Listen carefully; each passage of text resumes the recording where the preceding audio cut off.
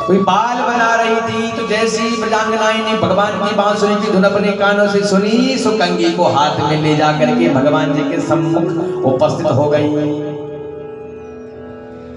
और बीच में भगवान जी बांसुरी बजा रहे हैं। सब ब्रजांगनाओं ने भगवान जी को घेर लिया। आहा, जीवात्मा का परमात्मा के साथ मिलन हो रहा है। चित्त का हरण कर दिया भगवान जी ने, मोहित हो जाती है। बस ब्रजांगनाओं को तो बहाना चाहिए था, बस किसी न किसी बहाने। जब भगवान जी माखन चुराते थे ना, तो किसी न किसी बहाने से भगवान जी की शिकायत करने के लिए मां यशोदा के पास जाते थे। बस बहाना ढूंढती थी। बहाना तो ये था कि बस कृष्ण के दर्शन हो जाए, बहाना कुछ भी हो। इन आंखों से दूर ना जाए कृष्ण, हमारे पास रहे। घेर लिया ब्रजांगनाओं ने, बीच में भगवान जी बांसुरी बजा रहे। ध्यान से सुनना। और भगवान जी ने किस प्रकार का प्रश्न उनसे किया। जैसी सारी ब्रजांगनाएं आई, भगवान जी को घेर लिया। अब भगवान जी पूछते हैं उनको, क्या पूछते हैं कि स्वागतम वो महाभागा प्रियम किम करवाणि वहा ब्रजस्यानामयं कश्चित् ब्रूतागमन कारणम्। स्वागतम वो महाभागा। आहा देवियों, आपका स्वागत है। और देवियां बड़ी प्रसन्न हो गई। स्वागतम वो महाभागा। फिर कहा प्रियम किम करवाणी वही देवियों, मैं आपका कौन सा प्रिय कार्य करूं, क्या करूं मैं आपके लिए। फिर पूछा भगवान जी ने कि ब्रजस्यानामयं कश्चित्। ब्रज में सब कुशल हैं, राजी खुशी हैं, प्रसन्न चित्त हैं, आनंदित हैं, मंगलमय हैं सब लोग। ब्रूता गमन कारणम। फिर पूछते हैं क्यों आए, आने का कारण बताओ। ये बात ब्रजांगनाओं को बड़ी टेढ़ी लगी।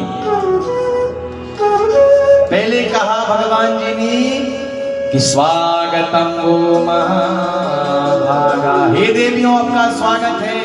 फिर कहा प्रियम किम करवाणी, मैं आपका कौन सा प्रिय कार्य करूं। फिर कहा ब्रजस्यानामयं कश्चित्, ब्रज में सब राज्य खुशी हैं, जहां से तुम आए तुम्हारे पति सब राज्य खुशी हैं। फिर कहते हैं कि ब्रूतागमन कारणम, क्यों आई हो, इसलिए आई हो। ये बात उनको टेढ़ी लगी। अब आपके घर में उदाहरण दे रहा हूं, इस उदाहरण के माध्यम से समझो।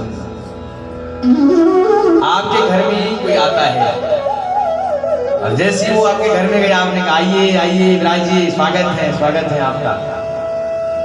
आसन दे दिया, आपने बैठिए। फिर आपने कहा, आप कहेंगे ठीक है सब राजी खुशी हैं, जहां से आए आपके घर बार में सब बढ़िया। और थोड़ी देर में आप कहेंगे कि आप बताओ क्यों आए हो हमारे घर में, किस लिए आए हो, किसने बुलाया आपको। ये भगवान जो आया होगा सो समझेगा आज गलत आदमी के घर में चला गया। भगवान जी वही पूछ रहे क्यों आई हो अर्धरात्रि के समय में, मैंने तो बांसुरी बजाई, तुम क्यों आई हो। तुम्हारे पास तुम्हारे बच्चे भी थे, पति भी है, अपने पति को छोड़ करके, बच्चों को छोड़ करके ये पति प्रकाश का ये धर्म नहीं है जहां तुम चल पड़ी हो। मैंने तो बांसुरी बजाई है, तुम क्यों आई, किस लिए आई है। अरे जंगली जानवरों का भी तो भय होता है, हिंसक पशुओं का भी तो भय होता है। आध रात्रि में ही निवाला बना देता शेर तुम्हारा, फिर क्या कर देता।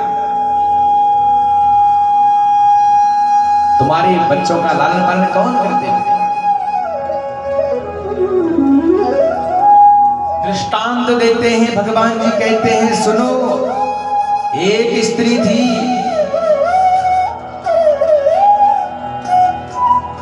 उसका पति काम करने गया हुआ था दूसरे क्षेत्र में। जब वो काम करके आया कुछ दिन बाद थक करके, तो जैसे वो घर में आया तो उसकी पत्नी भोजन बना रही थी, और जैसे पतिदेव जी आए तो पत्नी ने पानी का गिलास लिया और पतिदेव को पानी पिलाया। तो पतिदेव थके हुए थे तो पत्नी जलपान किया। कुछ समय पश्चात पत्नी ने भोजन करवाया। भोजन करा करके पतिदेव सो गए। कहां? पत्नी के गोद में सर रख करके। उसका एक बच्चा था छोटा, आगे आग जल रही थी और पतिदेव सो गए पत्नी की गोद में, बच्चा खेल रहा था। तो आगे आग जल रही थी। अब यहाँ पतिदेव सो गए और बच्चा हाथ पांव के बल से घुसड़ते हुए आगे जा रहा है, आगे आग जल रही है। अब वो स्त्री सोच रही है यदि मैं पति को हटाऊं, पति को उठाऊं तो पतिदेव की नींद टूट जाएगी, नींद भंग हो जाएगी, और यदि नहीं जाता हूं तो पुत्र जल करके भस्म हो जाएगा। दुविधा में पड़ गई, क्या करूं?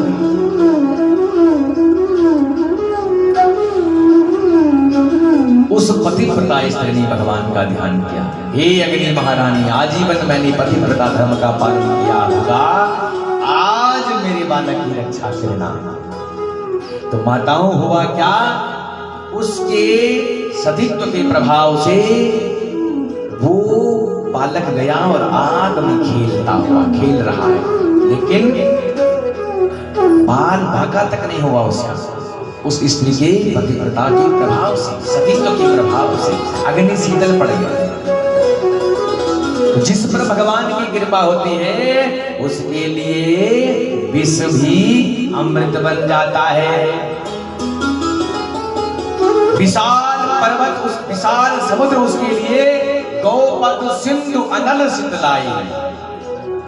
गरल सुदारे पोकराई मिताए, गरल सुधारे पोकरल मिताए। हो गौपद सिंधु अनल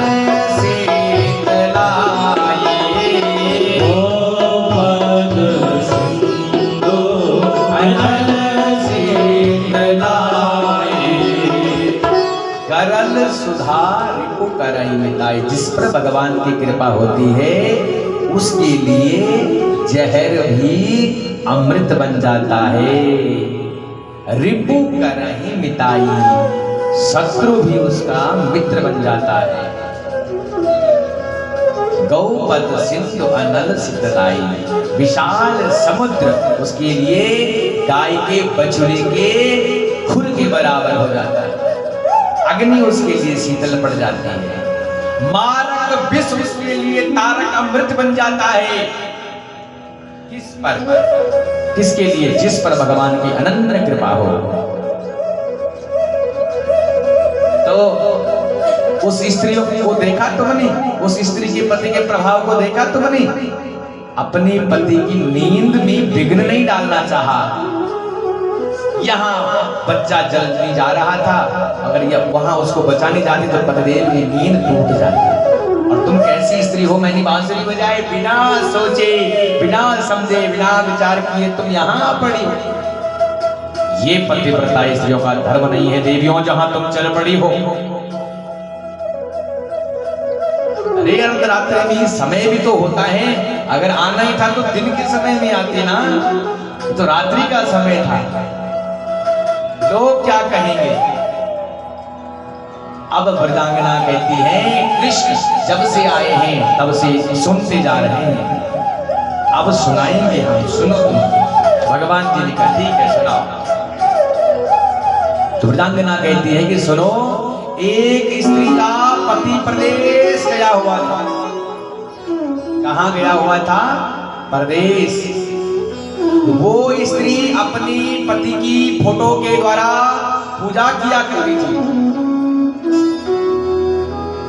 एक बार पूजा कर रही थी, प्रातः काल का समय था, उसका वास्तविक पति गेट पर आ गया और वो स्त्री संयोगवश उस समय घर में ही अपने पति की फोटो से पूजा कर रही थी। अब कृष्ण आप बताइए कि उसे फोटो से पूजा करनी चाहिए या उसका वास्तविक पति गेट पर आ गया है, पूजा स्थल से उठ करके गेट खोलना चाहिए अपने पति के स्वागत के लिए? तो भगवान जी ने कहा जब उसका वास्तविक पति आ गया है तो उसे जाना चाहिए, उठना चाहिए, पति को अंदर बुलाना चाहिए, उसी की प्रत्यक्ष पूजा करें। जब प्रत्यक्ष पति गेट पे खड़ा है तो फिर फोटो से पूजा करने का क्या मतलब? तो बस अब समझे कन्हैया, तुम हमारे पति ही नहीं अपितु पति परमेश्वर हो, तुम हमारी आत्मा हो, तुम हमारे प्राण प्रिय हो। ये जो हमारे संसार के जो पति है ये नकली पति है, ये तो इसी मृत्युलोक के साथी है। जब तक घट में प्राण, जब तक शरीर में प्राण है तब तक के पति है। जिस दिन प्राण उड़े तो पति और पत्नी का रिश्ता खत्म हो गया। लेकिन आपके साथ हम नाता जोड़ेंगे तो आप इस लोक में भी नहीं छोड़ोगे और उस लोक में भी नहीं छोड़ोगे। आप तो सच्चे पति हैं। संसार के जो पति हैं ये तो नकली पति है। आहा, भगवान जी ने उनका सुंदर भाव देखा, कहा प्रजांगनाओं तुम जीत गए, मैं हार गया। कि भगवान भक्ति से हार जाते हैं। अब आपने कथा सुनी पहले, भीष्म पितामह के जब कौरव पांडवों का